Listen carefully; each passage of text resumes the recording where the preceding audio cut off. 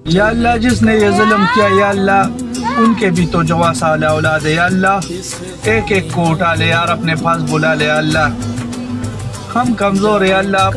آپ تو کمزور نہیں ہو، آپ تو کر سکتے ہو یا اللہ۔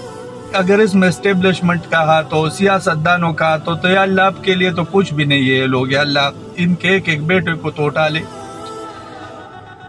یہ معصوم جب اپنے ابا کو بلا دے کے آیا بولتا یار تم لوگوں نے دیکھا ہوگا وہ ویڈیو،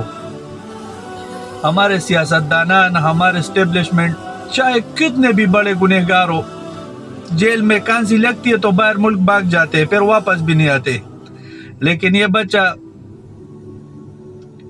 اپنے باپ کو بلا رہا تھا کہ باپ سے ملواؤ، آخر کار مر گیا، کتنے تکلیف میں مر گیا۔ اللہ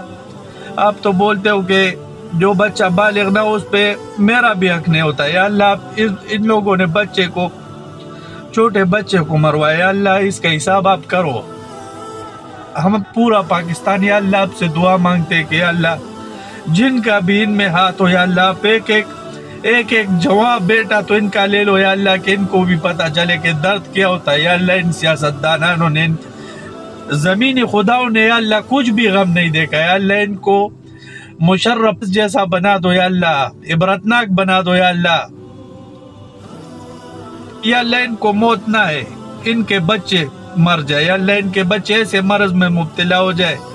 کہ انہوں نے جتنا بھی مال دولت جمع کیا وہ سب ختم ہو جائے، لیکن ان کے بچے ٹھیک نہیں ہو جائے یا اللہ،